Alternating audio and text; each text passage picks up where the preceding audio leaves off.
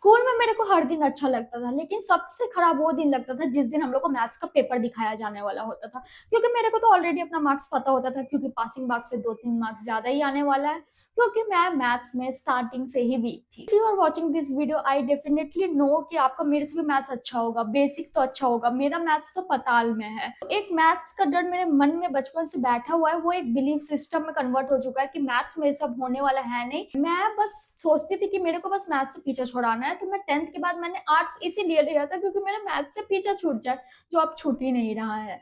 और मेरे यही रीजन था कि मैं ह्यूमैनिटीज लूं, मैथ्स से दूर भागू, बट क्या है, घूर फिर के मैथ्स करना ही पड़ रहा है आज जाके। अगर आप ये वीडियो देख रहे हैं और आपका मैथ्स खराब है, या 10 के बाद आपने मैथ्स नहीं किया, आप नॉन मैथ्स बैकग्राउंड से, या बचपन से ही मैथ्स खराब है जस्ट लाइक मी, तो आपको ये मैथ्स का वीडियो पूरा देखना चाहिए, क्योंकि अभी फाइनली थोड़ा बहुत मेरा डर निकला है मैथ्स से।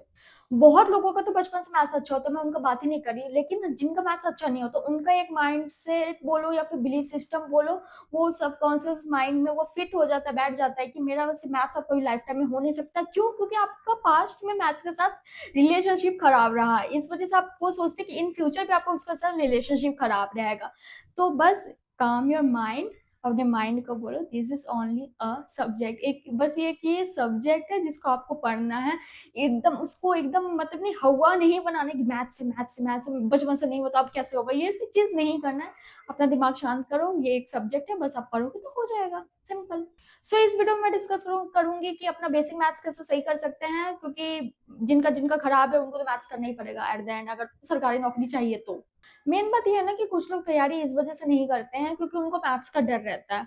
और एमटीएस वो लोग क्यों ऑप्ट करते हैं एमटीएस देने का, मेरा भी यही दो रीजन था। एक था कि मेरे को कोई भी एक गवर्नमेंट जॉब हो जाए, कि मेरे को चिंता ना रहे, एक टेंशन फ्री माइंड रहे अपने खर्च उठाने के लिए। और सेकंड थिंग था कि एमटीएस में मैथ्स नहीं आता, यही रीजन था मेरा एमटीएस देने का। अदरवाइज किसको शौक है एमटीएस में वर्क करने का ना। और सीएचएसएल में सीजीएल का उस टाइम मैं मतलब क्वालिफाई नहीं कर रही थी क्योंकि एज नहीं था मेरा, तो इस वजह था एमटीएस देने का। अगर आप का मैथ्स वीक है, आप एक बेसिक जॉब चाहते हैं तो आप एमटीएस कर सकते हो, लेकिन एमटीएस हो गया, अब चाहिए कि नहीं आपको अच्छा जॉब चाहिए, तो ऑब्वियसली आपको you should opt for CGL और सीएचएसएल, एमटीएस अपर लेवल का। तो उसके लिए मैथ्स आपका अच्छा होना जरूरी है। अभी तो सेक्शनल टाइमिंग आ गया है, वो सब स्पीड एक्यूरेसी ये चीज के बारे में ये वीडियो में मैं बात नहीं करूंगी, क्योंकि ये बेसिक मैथ्स का वीडियो है। फर्स्ट थिंग है, अपने आप को किसी से कंपेयर मत करो। मैं बहुत कंपेयर करती हूँ, अपने फ्रेंड्स लोग हैं जो ऑफिस में हो या कहीं पे भी, कि उनका मैथ्स से 42 आ रहा है, किसी का 45 आ रहा है, कोई 47 आ रहा है, भाई मेरा इतना कम कम मार्क्स आ रहा है। तो वो चीज नहीं करना है, फर्स्ट कंपेयर नहीं करना है। सेकेंड थिंग है, अपना टारगेट बनाना आपको पहले समझ आना चाहिए। थर्ड थिंग इज दैट आपको ये होना चाहिए कि नहीं मेरे को स्पीड एक्यूरेसी टाइमिंग में नहीं भागना। भाई तुमको समझ आके बेसिक क्वेश्चन सॉल्व करोगे तब तो तुम स्पीड एक्यूरेसी पे ध्यान दोगे। वो चीज स्पीड एक्यूरेसी वाला चीज को आप बात के लिए रखो, अगर आप स्टार्ट कर रहे हो तो मैथ्स बेसिक के लिए, कि आपको अपने से कंपेयर नहीं करना। क्योंकि कहते हैं ना कि अपने लाइफ का 23rd चैप्टर किसी की लाइफ का 37th चैप्टर से कंपेयर ना करो। क्या पता उनका मैथ्स का बैकग्राउंड रहा हो, क्या पता उनका मैथ्स बचपन से अच्छा रहा हो। तो अगर आपको वो चीज अच्छा नहीं है तो आप उनसे कंपेयर करो, आपको डिमोटिवेशन के अलावा कुछ नहीं मिलेगा। लास्ट में उनका कुछ लॉस नहीं होगा, आपका लॉस होगा। आप तैयारी नहीं करोगे, आप फ्रस्ट्रेटेड रहोगे और मैथ्स का टेंशन लेके पढ़ोगे। ये तो नहीं है कि आप 6 से लेके 10 तक या 12 तक एनसीईआरटी लेके बैठ जाओगे और सॉल्व करना स्टार्ट कर दोगे। तो फर्स्ट है, आपको 1 से लेके 20 तक टेबल याद होना चाहिए। पता नहीं मेरे को 12 तक का जो टेबल है, उसके बाद से कभी टेबल मेरे को याद ही नहीं होता। 13 14 कितना भी ट्राई कर ली तो वो टेबल याद नहीं होता, लेकिन आपको 20 तक टेबल याद होना चाहिए। उसके बाद है आपको जो स्क्वायर है 1 से लेके 50 तक याद होना चाहिए। क्यूब्स होता है 1 से लेके 20 तक याद होना चाहिए। रूट याद होना चाहिए 1 से लेके 5 तक का। उसके बाद जो स्पेशल नंबर्स है, कभी कभी सर पढ़ाते पढ़ाते भी हमें बताते हैं, लाइक 111 हो गया, 37 इंटू 3 111 हो गया। वो चीज मैं बैक साइड पे लिख लेती हूँ अपने बुक्स के। और जैसे हो गया 5000 क्या होता है, 625 इंटू 8 ये हो गया।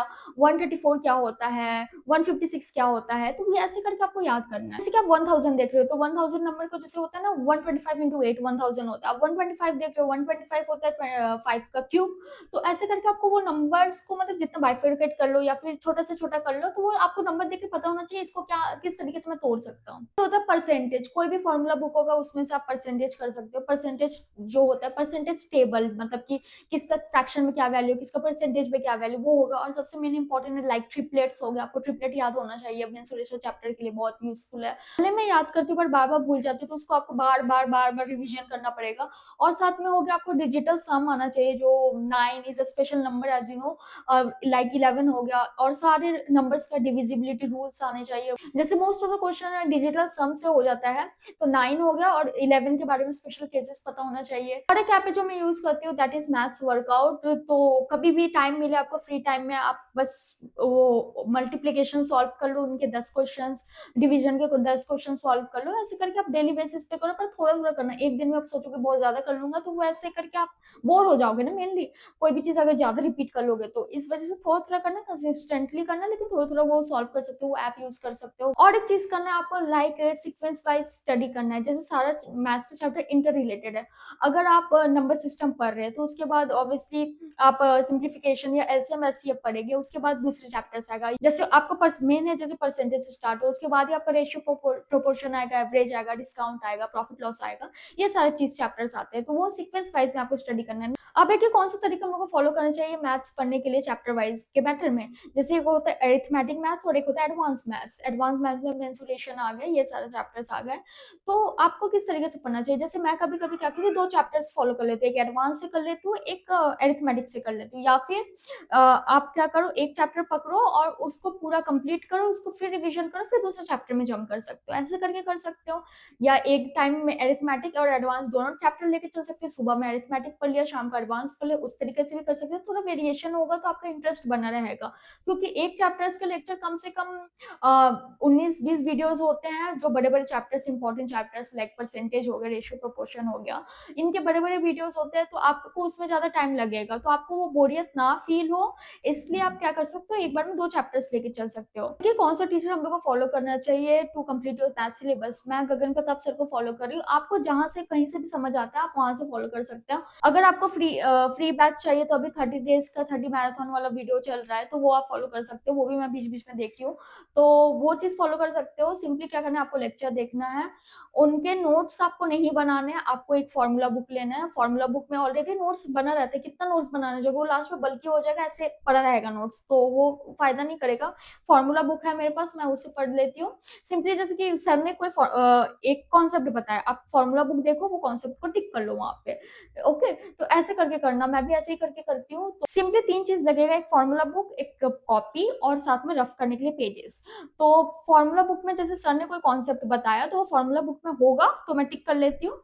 जैसे कि कुछ है ट्रिक्स बताए, तो वो मैं नोटबुक में लिखती हूँ। और जो रफ हो गया, जो कॉन्सेप्ट बताने के बाद सर एग्जांपल्स देते हैं, वो मैं रफ में शीट में सॉल्व कर लेती हूँ।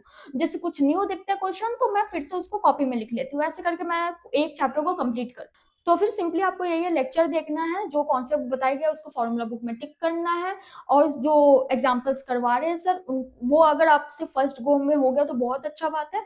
मेरे से हो जाता है, बस हार्ड हार्ड जो क्वेश्चंस होते हैं वो नहीं हो पाते, लाइक सर सीडीएस का भी मिक्स करके कराते हैं, वो सारे क्वेश्चंस नहीं हो पाते हैं। तो जो क्वेश्चंस आपसे हो जा रहे हैं, वो तो आपको लिखने का जरूरत नहीं है। जो क्वेश्चंस नहीं हो रहे और जो आपको न्यू लग रहा है, या फिर कोई ट्रिक बता रहे सर, वो नोटबुक में मतलब कॉपी करना है, और रफ के लिए शीट्स अलग से रखना है। पहले मैं क्या गलती करती थी, मैंने एक ही डायरी रखा था, उसी में मैंने नोट्स लिखा, उनका कॉन्सेप्ट लिखा, वो जितने क्वेश्चंस कर रहे उनको मैं सॉल्व करती गई, तो वो इतना एक चैप्टर मेरा एक कॉपी में बना था। तो वो गलती नहीं करना है आपको, मतलब सॉल्व भी उसी में कर रहे हो, नोट्स भी उसी में बना रहे हो, कॉन्सेप्ट भी उसी में लिख रहे हो, ट्रिक्स भी उसी में लिख रहे हो, फॉर्मूला बुक यूज नहीं कर रहे, तो वो गलती आपको नहीं करना है, नहीं तो एक एक चैप्टर का एक एक 2-2 कॉपी बन जाएगा। तो कुछ मिस्टेक्स का बात कर लेते हैं जो हम लोग को नहीं करना चाहिए।